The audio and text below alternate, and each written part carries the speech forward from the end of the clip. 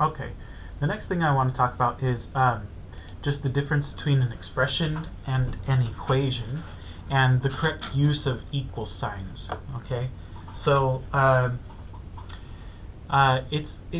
this is just sort of a little pet peeve of mine, I guess. But if you're going to be teachers, then you're going to be verbalizing a lot of this stuff, and so it's important that you use the correct words, right? That you verbalize it correctly.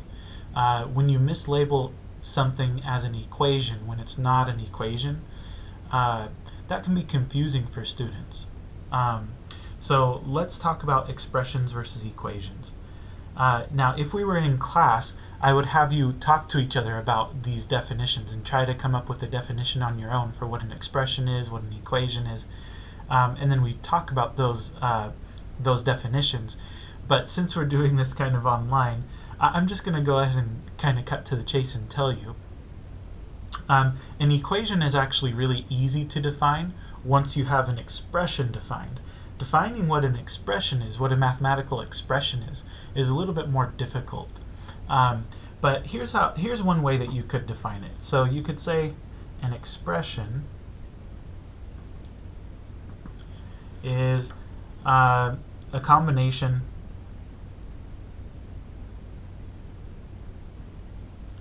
of numbers, variables, and arithmetic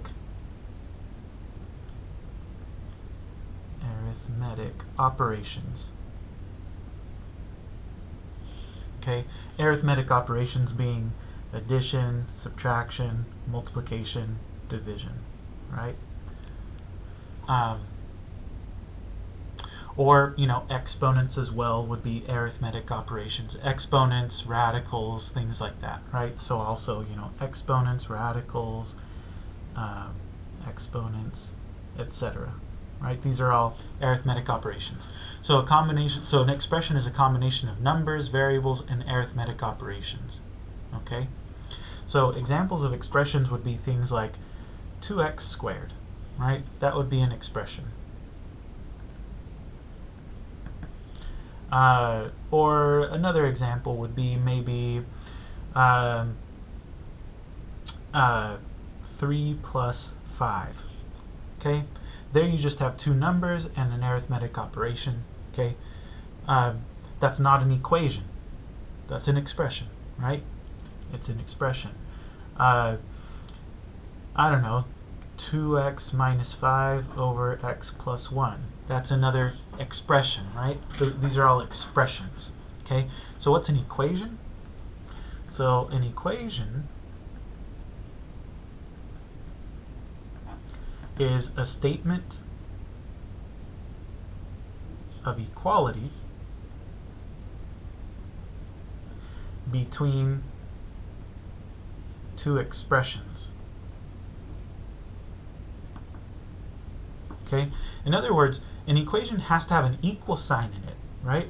So each of these things independently are just expressions, but if you set two of them equal to each other, like if you say 2x squared equals 3 plus 5, now you've got an equation, okay?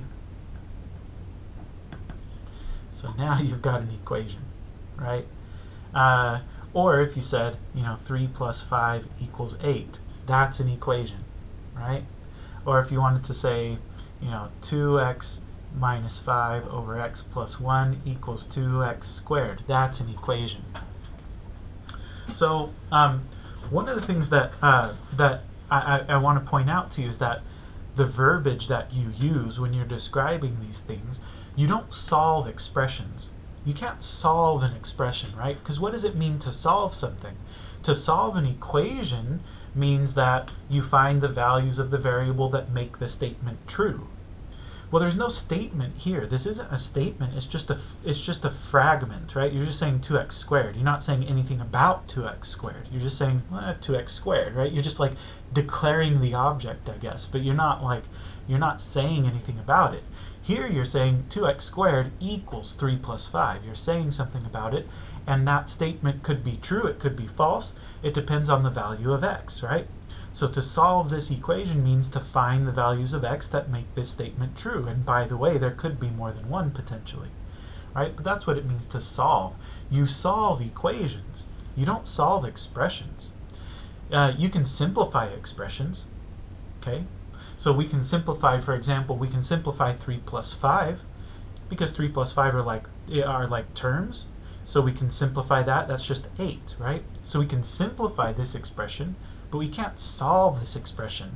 So when you're giving like a homework, or maybe not homework, but when you're giving like a test question to your students, and you say solve this equation, and you put 3 plus 5 on the paper, that's nonsense. That's complete nonsense. Okay, so don't do that. What you could say is simplify, or you could say find the sum. Okay, because the answer to an addition problem is a sum, right? So you could say find the sum, or you could say simplify, but don't say solve the equation. This isn't an equation, it's an expression. And don't say solve the expression either, because you don't solve expressions, you simplify them. Here's another expression that maybe we could practice simplifying. So, you know, if you had 2 times x plus 3 squared minus 2x plus 5. That's an expression, and you could simplify it, right? In order to simplify this, well, first of all, you'd have to write the x plus 3 out twice, and then FOIL it, right? So you get 2 times x squared plus 3x plus 3x plus 9 minus 2x plus 5. And then you distribute the 2. I'm running out of space, but anyway, but this is the idea, right? At no point are we solving anything here. We're not solving this. We're simplifying it. Okay, we're simplifying it. Equations you can solve, though. In fact, this particular equation you could solve pretty easily, right? Because you get 2x squared equals 8. Then if you divide both sides of the equation by 2, you get x squared equals 4. And then if you take the square root, you're going to get x equals not just 2, but plus or minus 2, right? You have two solutions to that equation, right? Because negative 2 squared is negative 2 times negative 2. That's a positive 4. Anyway, so expressions and equations. You simplify expressions, you solve equations, okay? Expressions do not have an equal sign. They're just combinations of numbers, variables, and arithmetic operations.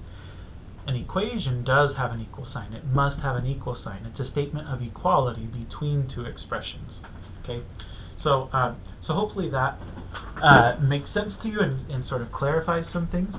Don't call things expressions when they're, or don't call expressions equations. That's like the most common thing, the most common mistake here is that people will call expressions equations. But equations have equal signs. Then the next thing that I want to talk about is this. So if I put something like this, 8 plus 4 equals blank plus 5, and I asked you to fill in the blank,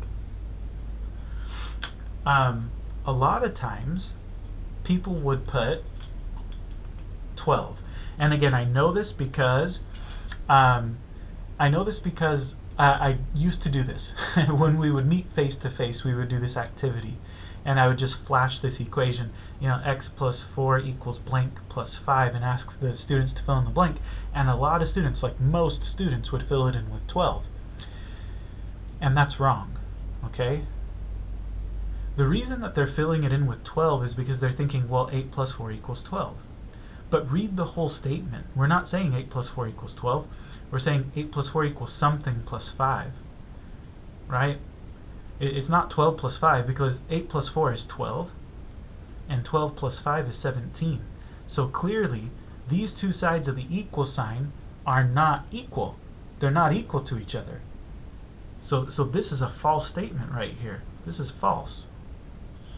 If I said 8 plus 4 equals blank, and you filled that in with 12, that would be a true statement. Okay? But that's not what I said, right? I said 8 plus 4 equals blank plus 5. So what you need to do is figure out what number plus 5 equals 8 plus 4. So really, one way that you can think about it is that if I increase this number by 1, then I've got to decrease this number by 1 in order to kind of keep the balance, right? So 8 plus 4 should be 7 plus 5. And then you can verify that because 8 plus 4 is 12, and 7 plus 5 is also 12, and 12 equals 12. So there's a true statement. Okay.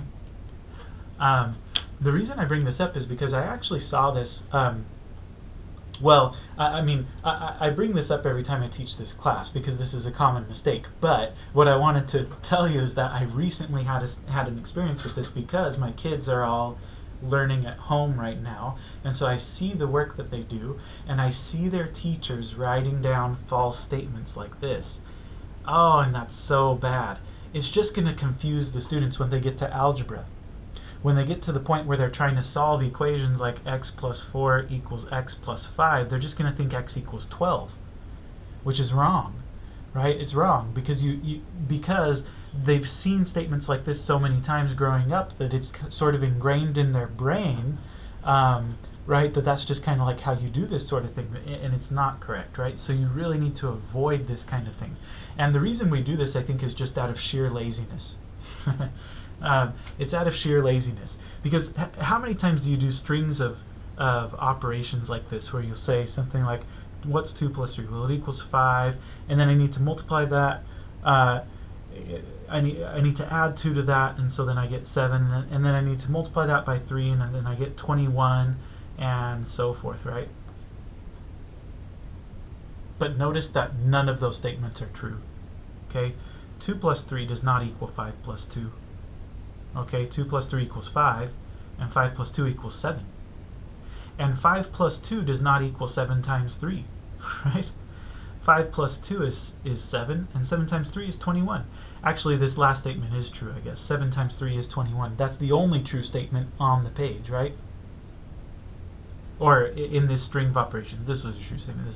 But I mean, in this particular stream of operations, this last one was the only true statement. The first two statements, 2 plus 3 equals 5 plus 2, that's false, right? That's not true. So try to avoid this. Try to avoid this. And definitely in this class, if you write stuff like this down, I'm on a test or a quiz, I would mark you down for sure, right? You might think I'm being nitpicky, but you really need to get out of the habit of doing that. If you want to do a string of calculations like that, it's best to just start a new line, right? You say 2 plus 3 equals 5, okay? 5 plus 2 equals 7, okay? And then 7 times 3 equals 21. Now you've got all true statements, right? These are all true statements. So don't confuse your students is what I'm trying to say. Don't be sitting there in second grade writing stuff down like this. That's just going to confuse them when they get to algebra. Okay? So don't do it. All right. That's all I have to say about that.